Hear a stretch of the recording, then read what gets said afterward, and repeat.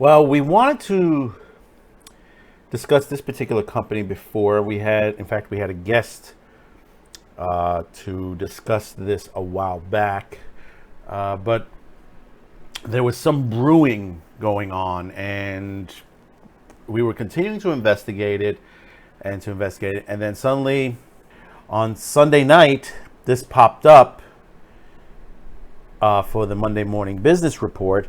Basically, it was what we wanted to discuss was Discovery Plus, on how that basically they were diverting all the new programming to behind a paywall, and basically the broadcast channel would just show repeats, and after a while the newer programming, which will be already old by the time they move it over to the broadcast channel, will be moved over by then. And the whole big thing was, why would they do something like that? Why would they cancel out all the new shows and just throw it mostly on behind a paywall? But then, while we were looking into this, like I said, there were rumblings, and we were hearing things that somebody was looking to merge with Discovery. So, in the Monday Morning Business Report, AT&T is preparing to merge media assets with Discovery. Okay, this is a shocker to the business world right now. Number one, AT&T is in the red right now. It's about, with the Warner partners and stuff like that, it's about 160. I think they're still in the red, 160 million in the red for that company. AT&T is preparing to merge its media assets with Discovery. Okay, let me tell you something. This one is a shocker to me. Probably a lot of people in the business on Monday, even though you're seeing this on Tuesday, because that's when we put this up. Basically, to the situation, AT&T was about 160 million in the hole, and now they're going out to merge with Discovery. So that means HBO Max and Discovery will be together. I guess it'll be another page on HBO Max. Let's look into this through Bloomberg. AT&T is preparing to spin off its media business and merge it with Discovery Inc.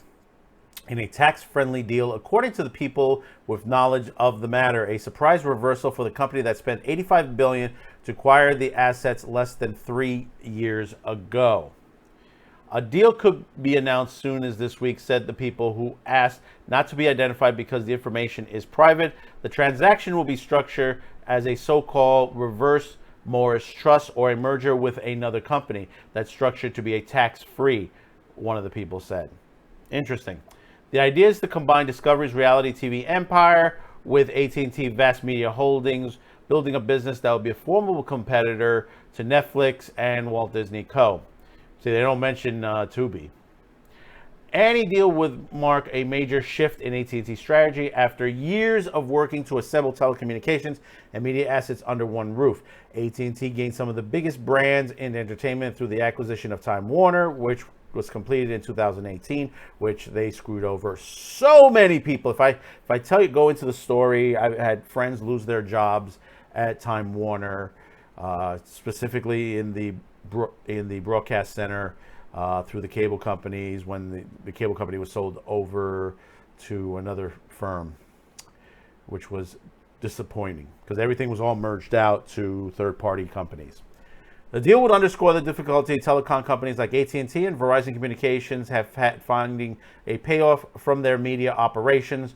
Through its WarnerMedia unit, AT&T owns CNN, which is on the chopping block, HBO, Cartoon Network, which is on its way out, TBS, TNT, and Warner Brothers Studio. Discovery, backed by cable mogul John Malone, controls the networks as HGTV, Food Network, TLC, and Animal Planet. Chief Executive David Zazi has helped Discovery grow through the acquisitions, including the purchase of HGTV owner Scripps Network Interactive that closed in 2018. Discovery's Class A shares have risen more than 18% this year, valuing the company that's almost $24 billion. AT&T has gained 12%, giving it a market capitalization of $230 billion. but still in the red. The companies are still negotiating the structure of the transaction, and details could change or the talks will fall apart, people said. Representative for AT&T Discovery declined to comment. Well, when in the streaming wars, you have all these situations. And I'm telling you right now, Tubi TV is the dark horse. Tubi TV, which is basically technically the new Fox, as I've been saying, has a ton of money behind it. And it's been quietly in the background building a bigger and better. I mean, in another year or so, they expect advertisement revenue to be over $1 billion. That's good money. That's very good money. Most of these companies have been struggling. Apple is not even in the freaking crosshairs. Apple TV, do you hear much of it? Every once in a blue, you might see a commercial of it. Then you have all the others down the line. You have Disney Plus, which we just saw the second quarter earnings on it, which that wasn't good. Some people say, "Oh, it's okay. It's just a nip in the pocket." But when you look at deep into the numbers, there are situations with the subscriptions, plain and simple. And then you have HBO Max, which has been struggling as well. You have all these situations that they're trying to put content on here. You got Discovery, which basically they're just reality shows. They used to be, when Discovery first started and like the History Channel and stuff like that, they used to be science and education on there. Now it's just pure junk that's on these channels. All you're seeing is reality shows. That's all you're seeing on Discovery Plus and Discovery Plus. And like I said before, Discovery Plus put all their new programming behind a paywall. A lot of people were pissed off, including the guest I was going to have on that basically who had a lot of information on the detail. But now things have changed. We're seeing a different asset where basically now everybody is circling the wagons right now. Netflix is still king. No matter what you say, what you think of the programming, what on there, Netflix is still king because they've been doing it the longest. They've had their feet deep in this business. It's going to take a lot to knock down Netflix. There's some things I like and there's some things I dislike with the company. Certain projects they did that I was disappointed with. Certain things that basically they shouldn't have put on air. And certain people that they shouldn't have gotten shows on here because they were very controversial. But then again, that's Netflix's money. That is Netflix's money there and then. And when you look at also Tubi TV and seeing what kind of programming they're starting to buy, they're looking to basically create their own programming. And the funny part is they're using the money Disney gave them. The money that Fox was sold to Disney, that money is in turn going to bought Tubi TV and buying assets left and right. They are the dark horse, and they have to be paid attention to. And I think that's what's happening quietly in the background. The streaming companies are looking at Netflix, they're looking at Tubi, and they're saying, we need to perform better than these companies. And they're just basically trying to absorb. And that's what's going to happen is that, most of these companies, people are not willing to pay for 15 different streaming sites. If you have 15 different streaming sites, they're not willing to pay for that. If you can get some good programming out of Tubi, which right now it's free, they could still charge down the line, but still, it's free right now because they do advertisement. And then you have Netflix on there, and then you have Pluto TV. People are satisfied with what they got with that. You could say, with all the other assets and stuff like that, all the other small sites like Showtime and Stars and everything else that is available out in the streaming market, I mean, you could say to yourself, which companies am I willing to keep and which companies I'm willing to dump? That's what you got to ask yourself right now. And that's what these companies are looking at themselves right now. Disney's looking at themselves saying, you know, what can we do to keep... I mean, you got stuff in there, you know, you have like hits and miss, a lot of hits and misses, and the same thing in Netflix, hits and misses. But people will stay with Netflix.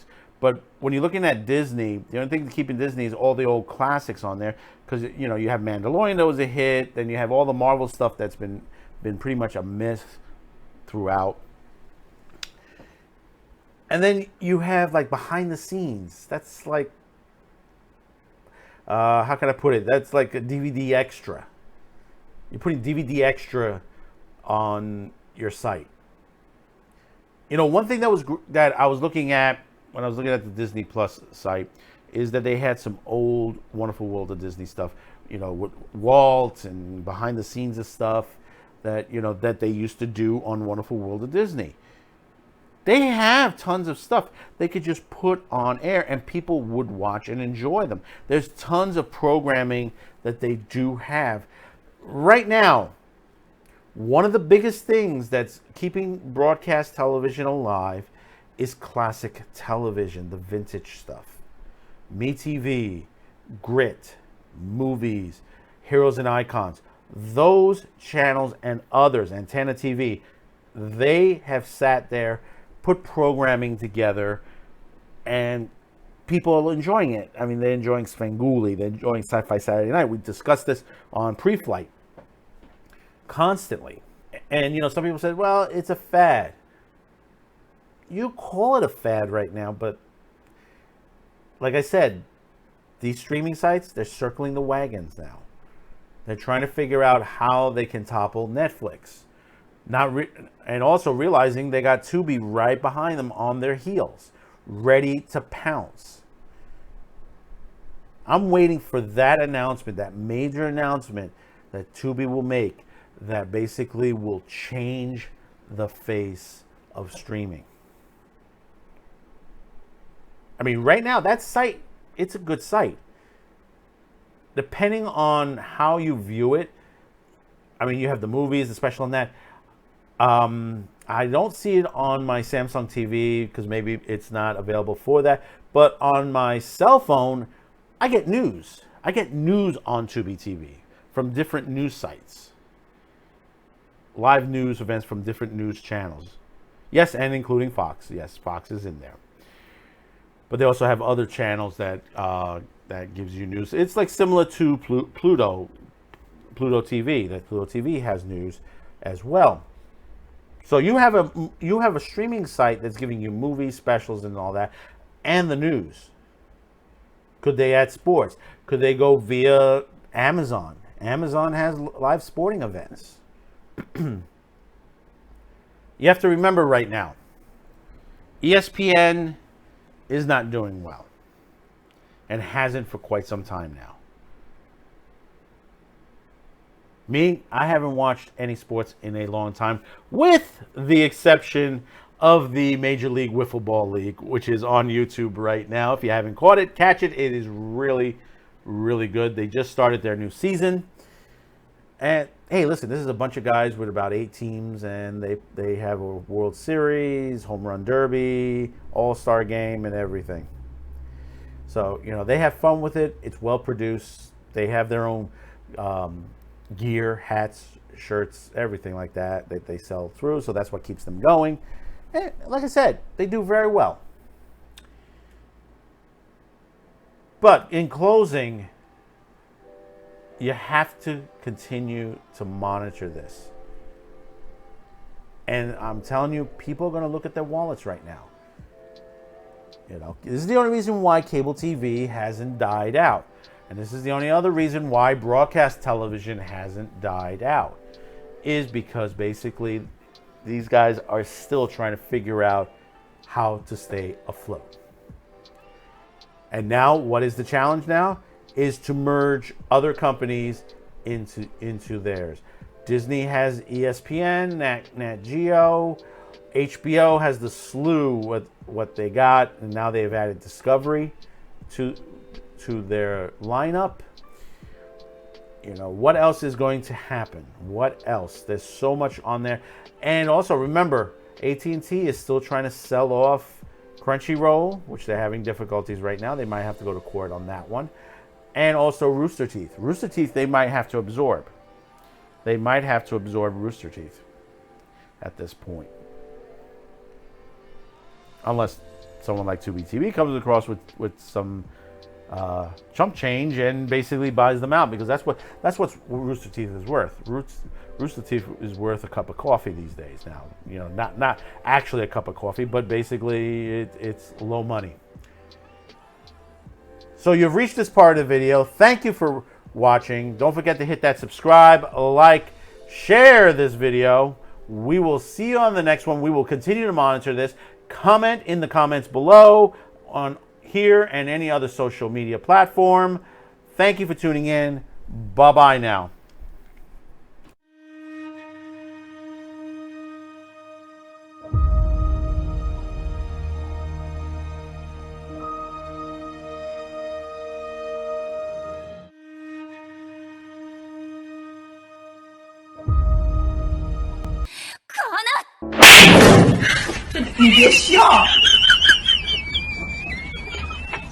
And I've always sought an end to toil and misery. If it can't be given, it has to be achieved. There is hope. But it has to come from inside. Wow. The man himself. Cool. James Arness will be back in Sweet, Sweet Facts. No, Peter Graves. Ha ha ha.